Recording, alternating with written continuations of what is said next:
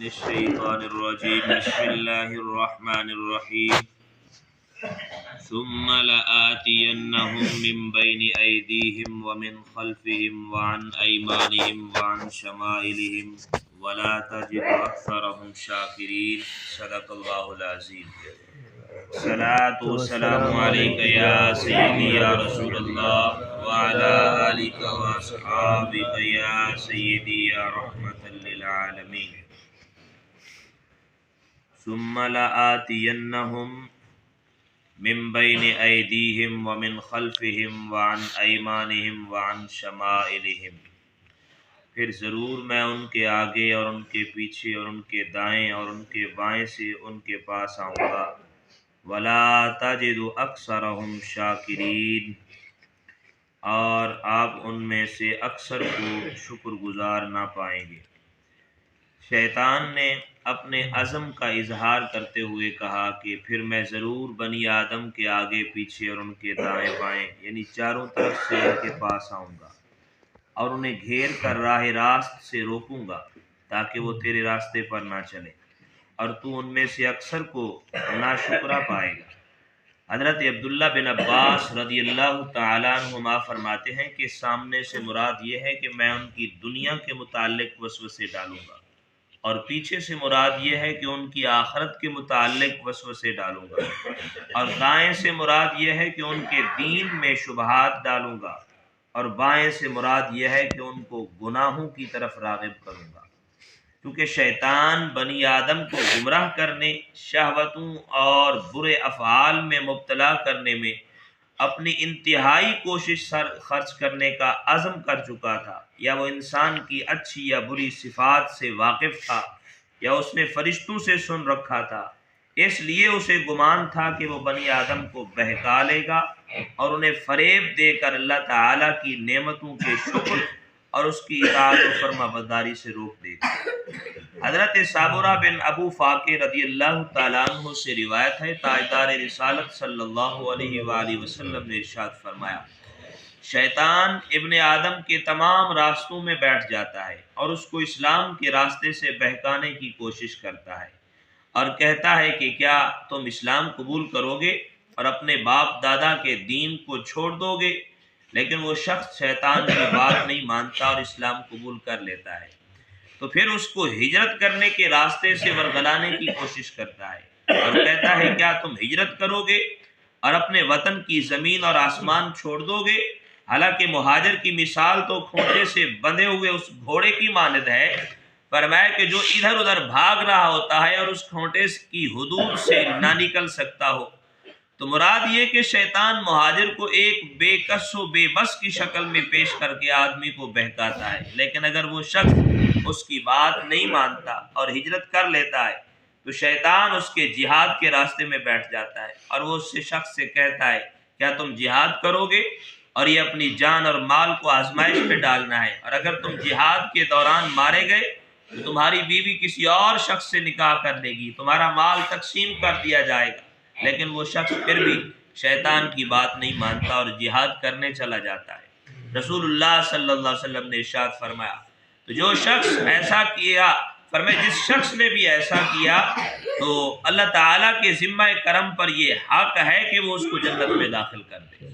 اور جو مسلمان قتل کیا گیا تو اللہ تعالیٰ کے ذمہ کرم پر اس کو جنت میں داخل کرنا ہے، اور جو مسلمان غرق ہو گیا تو اسے جنت میں داخل کرنا اللہ تعالیٰ کے ذمہ کرم پر ہے، اور جس مسلمان کو اس کی سواری نے ہلاک کر دیا اس کو جنت میں داخل کرنا بھی اللہ تعالیٰ کے ذمہ کرم پر ہے. میرا رب اتنا کریم ہے، فرمائے کہ انسان مشکلات میں ہے، پریشانیوں میں ہے، پھر بھی اس کے دکھوں کی وجہ سے ہی اسے جنت میں داخل کر دیا. تو یہ شیطان ہر موڑ پہ انسان کو بہکانے کی کوشش کرتا ہے. اس لیے فرمایا ہر مسلمان کو چاہیے کہ وہ شیطان مردود سے اللہ تعالیٰ کی پناہ مانگتا رہے اور اس میں کسی طرح سستی اور غفلت کا مظاہرہ نہ کرے. حضرت ابو بکر صدیق رضی اللہ تعالیٰ عنہ سے روایت ہے، نبی کریم صلی اللہ علیہ وسلم نے ارشاد فرمایا، شیطان سے پناہ مانگنے میں غفلت نہ کرو، کیونکہ تم اگرچہ اسے دیکھ نہیں رہے لیکن وہ تم سے غافل نہیں ہے، وہ تم سے غافل نہیں ہے، کوئی وار بھی ضائع نہیں جانے دیتا. فرمائے جہاں پہ نشانہ لگتا ہے لگا دیتا ہے. انسان فرمائے کہ پھر بھی غفلت کرتا ہے. امام محمد غزالی رحمۃ اللہ تعالی علیہ فرماتے ہیں شیطان کے شر سے اپنے آپ کو حد الامکان بچاؤ، اور اس سلسلے میں تمہارے لیے سب سے بڑی دلیل یہی کافی ہے جو اللہ تعالیٰ نے اپنے محبوب علیہ الصلوۃ والسلام سے ارشاد فرمایا، وَقُلْ رَبِّ أَعُوذُ بِكَ مِنْ ہَمَزَاتِ الشَّيَاطِينِ وَأَعُوذُ بِكَ رَبِّ أَنْ يَحْضُرُونِ۔ اے محبوب آپ عرض کیجئے اے میرے رب میں شیطانوں کے وسوسوں سے تیری پناہ مانگتا ہوں، اے میرے پروردگار میں تیری پناہ مانگتا ہوں اس سے کہ وہ شیطان میرے پاس آئے۔ تو نبی کریم صلی اللہ علیہ وآلہ وسلم جو سارے جہان سے بہتر، سب سے زیادہ معرفت رکھنے والے، سب سے زیادہ عقل مند اور اللہ تعالیٰ کی بارگاہ میں سب سے زیادہ رتبہ اور فضیلت رکھنے والے، انہیں اس بات کی ضرورت ہے کہ شیطان سے اللہ تعالیٰ کی پناہ مانگے، تو تمہاری ہماری حیثیت کیا ہے؟ حالانکہ تم جاہل عیب نقص والے اور تم غفلت میں ڈوبے ہوئے، اور تو کیا شیطان تم سے اللہ تعالیٰ کی فرمائے پناہ لینے کے محتاج تم نہیں ہو تم شیطان سے؟ تو اللہ تعالیٰ فرمائے کہ یقیناً اللہ تعالیٰ کی بارگاہ میں تم اس بات کے محتاج ہو کہ اللہ کی بارگاہ سے اس بدبخت سے پناہ مانگو، اور یقیناً محتاج ہو اور بہت زیادہ۔ تو یہ بات جب فرمائے ہمیں معلوم ہے کہ شیطان کے وار سے ہم بچ نہیں سکتے اور بچنے کا صرف ایک ہی راستہ ہے، وہ اللہ کی پناہ ہے، اللہ کی پناہ ہے۔ حضرت جندب رضی اللہ تعالیٰ عنہ سے روایت ہے، سرکار دو عالم صلی اللہ علیہ وسلم نے ارشاد فرمایا تم میں سے جو شخص رات کے وقت اپنے بستر پر جائے تو بستر پر بیٹھ کر یہ کہہ لیا کرے بسم اللہ اعوذ باللہ من الشیطان الرجیم، پر میں یہ کلمات پڑھ لیا کرے، اس سے اللہ تعالیٰ کی پناہ میں آ جائے گا، یہ مردود وہاں پہ نہیں آ سکے گا۔ حضرت شقیق بلخی رحمت اللہ تعالی علیہ فرماتے ہیں روزانہ صبح کے وقت شیطان میرے پاس آگے پیچھے دائیں بائیں سے آتا ہے، میرے سامنے آ کر کہتا ہے تم خوف نہ کرو، بے شک اللہ بڑا غفور الرحیم ہے۔ یہ سن کر میں یہ آیت پڑھتا ہوں وَإِنِّي لَغَفَّارٌ لِمَن تَابَ وَآمَنَ وَعَمِلَ عَمَلًا صَالِحًا وَآمَنَ وَعَمِلَ صَالِحًا ثُمَّ اهْتَدَىٰ، اور بے شک میں اس آدمی کو بہت بخشنے والا ہوں جس نے توبہ کی اور ایمان لایا اور نیک عمل کیا پھر ہدایت پر رہا۔ مراد یہ کہ اللہ تعالیٰ بخشنے والا تو ہے، لیکن اس آیت کے مطابق ان لوگوں کو بخشنے والا ہے جو توبہ، ایمان، اعمال صالحہ والے ہیں، فرمائے کہ توبہ کرتے ہیں، ایمان والے ہیں، نیک عمل کرتے ہیں، اللہ ان کو بخشنے والا ہے، لہذا میں عمل سے بے پرواہ نہیں ہو سکتا، اور شیطان میرے پیچھے سے مجھے یہ خوف دلاتا ہے میری اولاد محتاج ہو جائے گی، تب میں یہ آیت پڑھتا ہوں وَمَا مِن دَابَّةٍ فِي الْأَرْضِ إِلَّا عَلَى اللَّهِ رِزْقُهَا، زمین پر چلنے والا کوئی جاندار ایسا نہیں ہے جس کا رزق اللہ کے ذمہ کرم پر نہ ہو،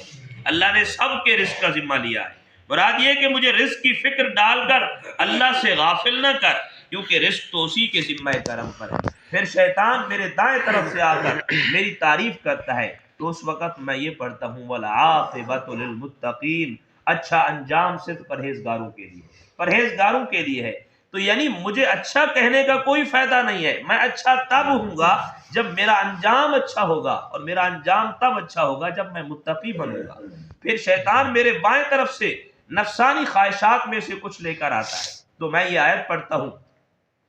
وَحِيلَ بَيْنَهُمْ وَبَيْنَ مَا يَشْتَهُونَ، اور ان کے درمیان اور ان کی چاہت کے درمیان رکاوٹ ڈال دی گئی ہے۔ مراد یہ کہ نفسانی خواہشات سے دور رہنے میں ہی میری کامیابی ہے۔ تو یہ بات فرمائے قرآن کی ایک ایک آیت کے اندر واضح طور پہ بیان کی گئی۔ اللہ تعالیٰ نے ہمیں شیطان کے ہر وار سے بچنے کا طریقہ بتایا، اور بتایا کہ یہ کوئی وار خالی نہیں جانے دے گا، لہذا تمہیں محتاط رہنا ہے، غفلت میں نہیں جانا۔ تھوڑی سی غفلت کی تو شیطان اپنا جال پھینکے گا، تمہیں پھنسا لے گا۔ رحمت عالم صلی اللہ علیہ وسلم نے فرمایا ایک مرتبہ شیطان مسجد کے دروازے پہ مجھے ملا تھا، اور میں نے پوچھا تھا اے بدبخت بتا تو صحیح کہ انسان کب تیرے قبضے میں ہوتا ہے، پر میں کب تو اس سے پر میں اپنی مرضی کے کام کرواتا ہے؟ تو اس نے کہا کہ جب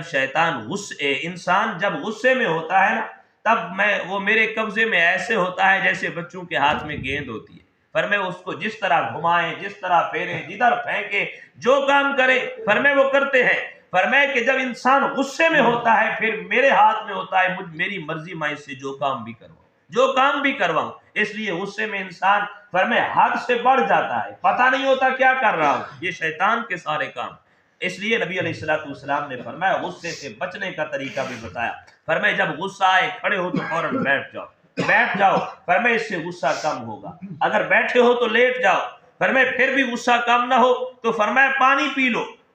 پانی پی لو، فرمایا کہ غصہ ٹھنڈا ہو جائے گا۔ تو نبی علیہ السلام نے فرمایا اس سے بچنے کا یہ طریقہ ہے۔ اور سب سے بہترین بات فرمایا جب بھی غصہ آنے لگے تو اعوذ باللہ من الشیطان الرجیم، فرمایا یہ پڑھ لیا کرو، اللہ غصے سے محفوظ رکھے۔ نبی علیہ السلام نے فرمایا یہ غصہ شیطان کی طرف سے ہے۔ اور فرمایا رات کو جب بستر پہ جاؤ تو فرمایا بسم اللہ اعوذ باللہ من الشیطان الرجیم، یہ پڑھ لیا کرو، اللہ شیطان مردود سے تمہیں پوری رات محفوظ رکھے گا۔ اللہ تعالی ہمیں قرآنی تعلیمات کو صحیح معنی سمجھ کے عمل کی توفیق عطا فرمائے۔